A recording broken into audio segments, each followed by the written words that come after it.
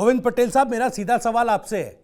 भैया आप कह रहे हैं कि व्यंग कसा सरकार की तरफ से मंत्री ने और इस पर अब माफी मांगनी चाहिए। क्या ये वाकई कांग्रेस के लिए इस तरह की स्थिति है कि बीजेपी ने अपना एक दांव चला और कांग्रेस उन सारे मुद्दों से भटक गई जो जन सरोकार के मुद्दे हैं, और ये गतिरोध, कांग्रेस ने एक बड़ा गतिरोध सदन में पैदा कर दिया? भाई यहाँ तो ठगी जनता जा रही है ना। प्रायोजक हैं cancer healer centre, a new beginning. देखिए भविष्य जी, कांग्रेस ना तो कमजोर है और ना ही कांग्रेस बीजेपी जो चाहती है वो कर रही है। कांग्रेस सिर्फ जो बात कर रही है, कांग्रेस ये चाहती है कि जो देश की पूर्व प्रधानमंत्री हैं, जो हम सब की प्रधानमंत्री है, उनके लिए जिस तरह का व्यंग इन्होंने रखा, जो मतलब अगर आप नॉर्मली ये बोलते हैं कि दादी, तो समझ में आता है इनकी दादी, और जिस लहजे में उन्होंने मंत्री ने बोला वो कतई बर्दाश्त नहीं होगा और उसी का हम विरोध कर रहे हैं। चाहे सड़क पे देख लीजिए, चाहे विधानसभा में देख लीजिए। लेकिन कांग्रेस का तरीका तो कांग्रेस को तय करना चाहिए ना। कांग्रेस का तरीका तो कांग्रेस को तय करना चाहिए ना। आपका विरोधी दल आपके लिए जो मंच तैयार कर रहा है उस पर जाने की जरूरत क्या है? अगर आप आरोप लगा रहे हैं, मैं सवाल इसलिए पूछ रहा हूं, अगर इस तरह का आरोप आप लगा रहे हैं, विरोधी दल के मंच पे हम नहीं जा रहे हैं।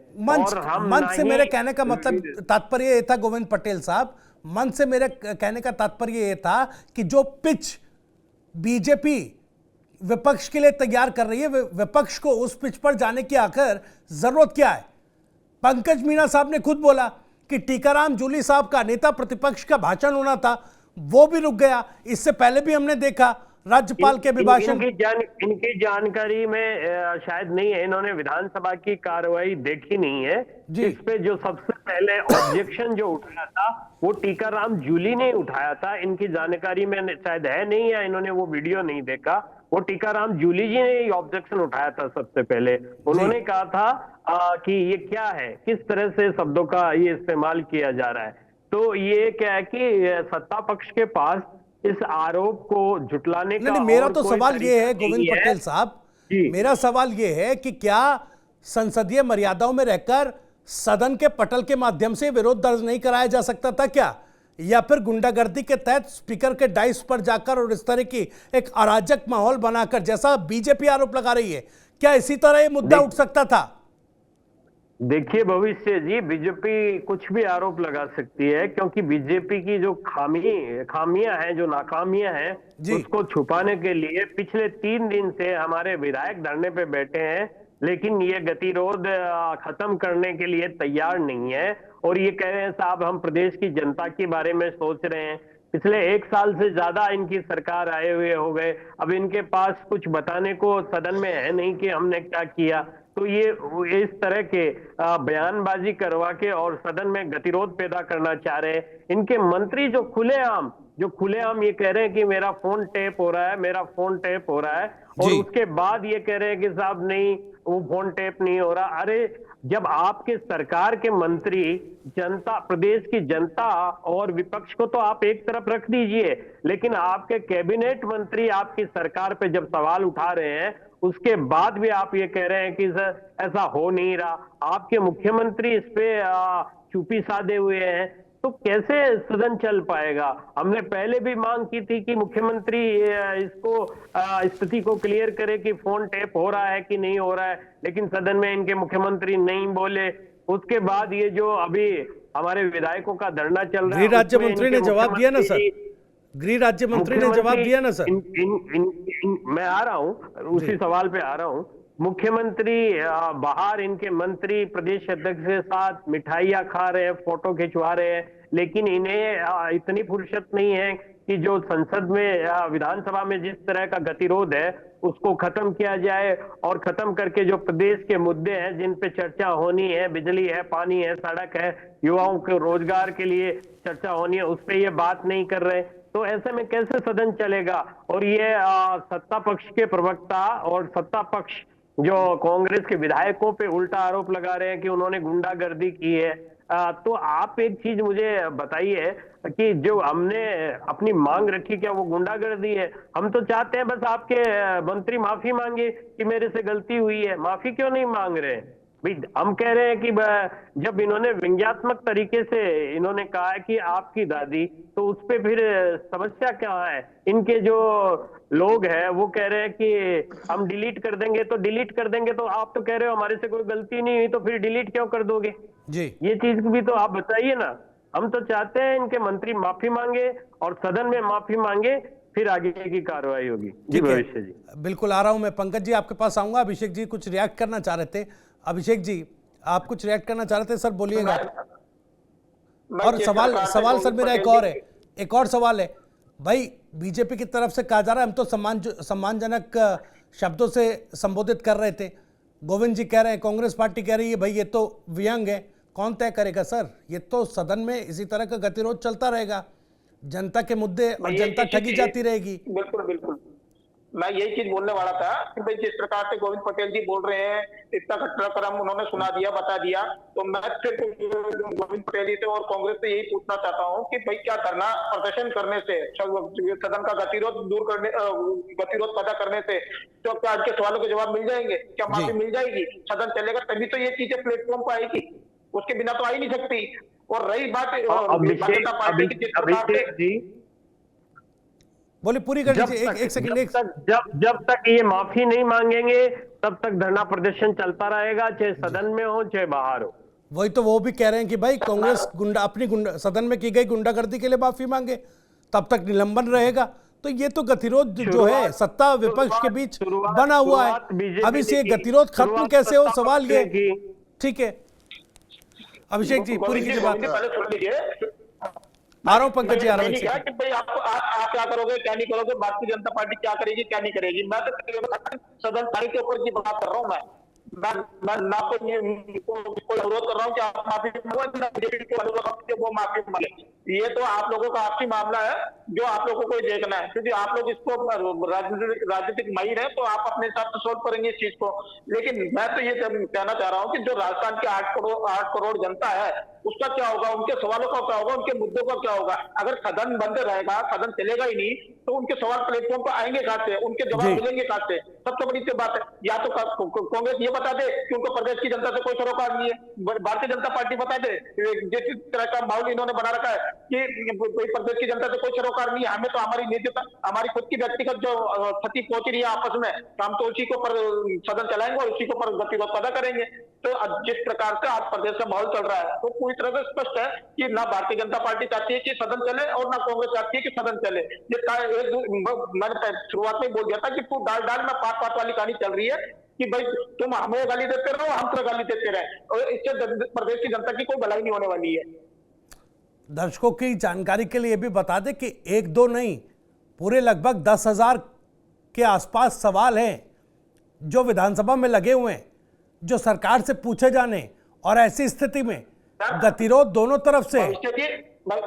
भविष्य की एक चीज और बता देता हूँ, आज की तारीख में सबसे ज्यादा अगर कोई सवाल है प्रदेश की जनता का तो है सुरक्षा का। आज हमारे माननीय मुख्यमंत्री भजन लाल शर्मा जी तक सुरक्षित नहीं है, जेलों से खुले हम धमकी भरे कॉल उनके नाम पे आ रहे हैं, उनके जान से मारने की धमकी दी जा रही है।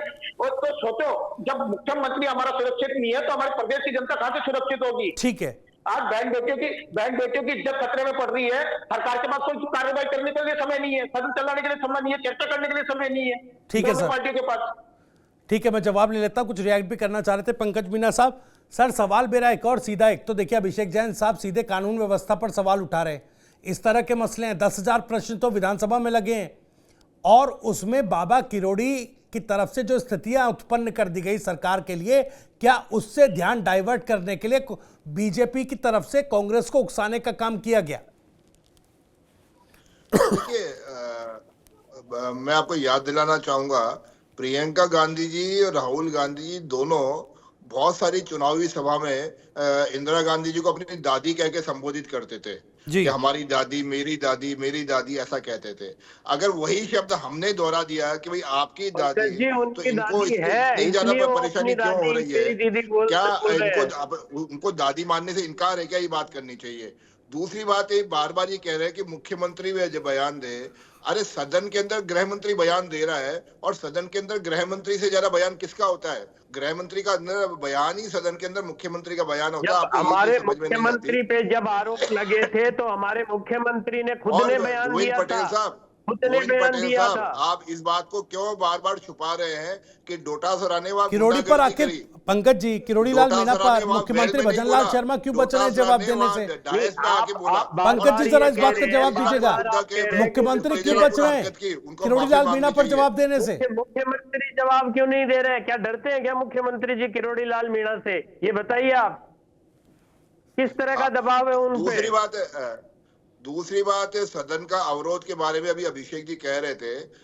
मैं आपको त्यागी जी याद दिलाना चाहूंगा, आप इतिहास उठा के देख लीजिए, जब से कांग्रेस विपक्ष में है, चाहे केंद्र में हो चाहे राजस्थान में हो, इनका हमेशा का ये रहता है कि किसी ना किसी भी बात पे अवरोध करके, बहिष्कार करके, ये केवल और केवल एक छपास का रोग इनको हो गया है।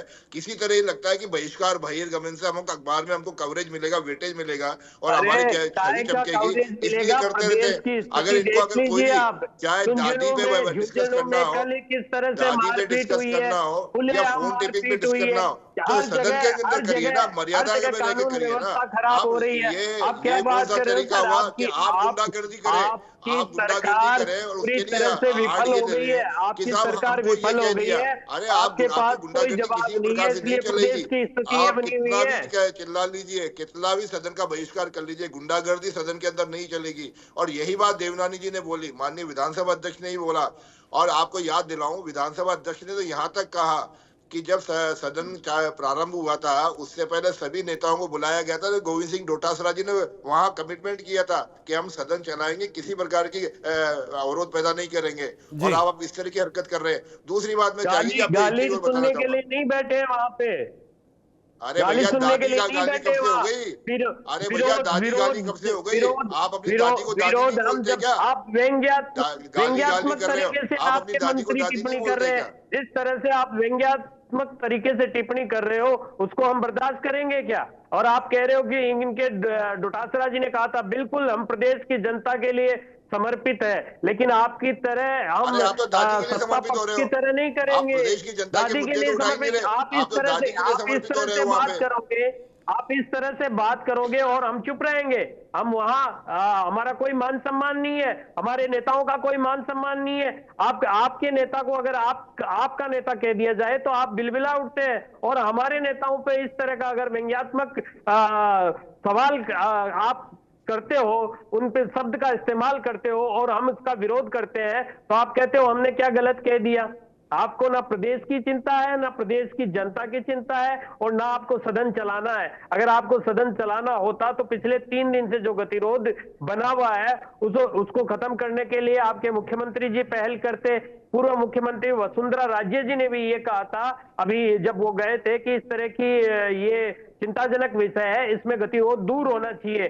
लेकिन आपकी जो सत्ता पक्ष में जो मठाधीश बैठे हैं उनको गवारा नहीं हो रहा कि वो जाके बात करे, वो मंत्री को ये कहे कि भाई अगर गलती हुई है। आपके मंत्री जो बड़े नेता है वो कह रहे हैं साहब आपको आपत्ति है तो शब्द डिलीट कर देंगे। डिलीट क्यों कर देंगे? माफी मांगिए, डिलीट नहीं माफी मांगिए, उसके बाद डिलीट करिए। माफी तो डोटासरा जी को मांगनी पड़ेगी, वरना उनका बहिष्कार रहेगा।